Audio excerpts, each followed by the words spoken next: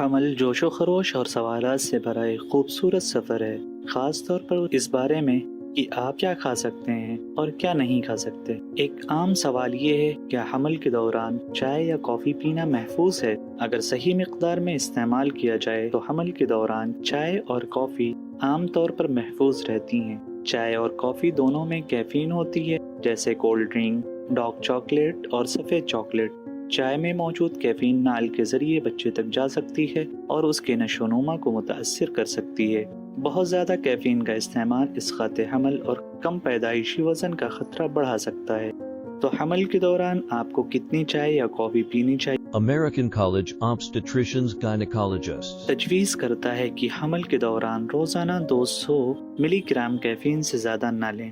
چائے میں عام طور پر کافی کے مقابلے میں کم کیفین ہوتی ہے، تقریباً 25 سے 80 ملی گرام فی کپ کے سائز کے لحاظ سے۔ ایک کپ پکی ہوئی کافی 70 سے 140 ملی گرام کیفین ہوتی ہے۔ کولڈ ڈرنک اور انرجی ڈرنکس میں 40 سے 100 ملی گرام کیفین ہوتی ہے، جبکہ ڈارک چاکلیٹ میں 5 سے 35 ملی گرام اور دودھ کی چاکلیٹ میں 15 ملی گرام تک ہوتی ہے۔